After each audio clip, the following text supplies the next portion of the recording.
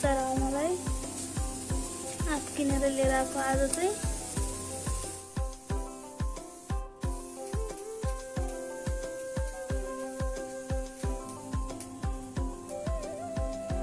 बेसार नुन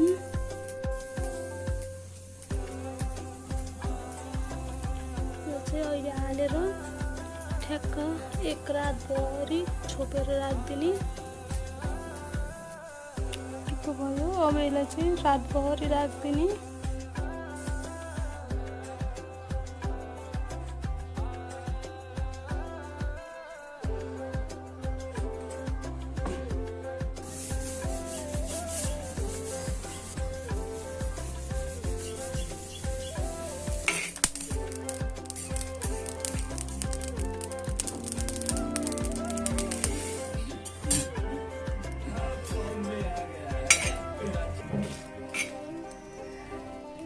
यो चाहिँ यतिको भइसकेको छ सुकेर।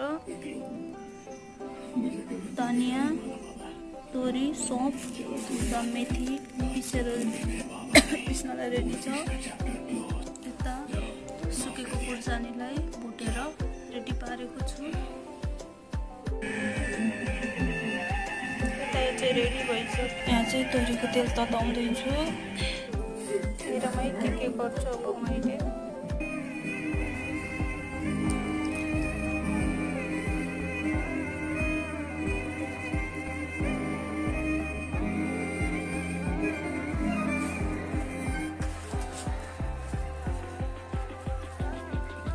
भयो। यो चाहिँ अब जहिलेसम्म खाए पनि केही हुँदैन साथीहरु।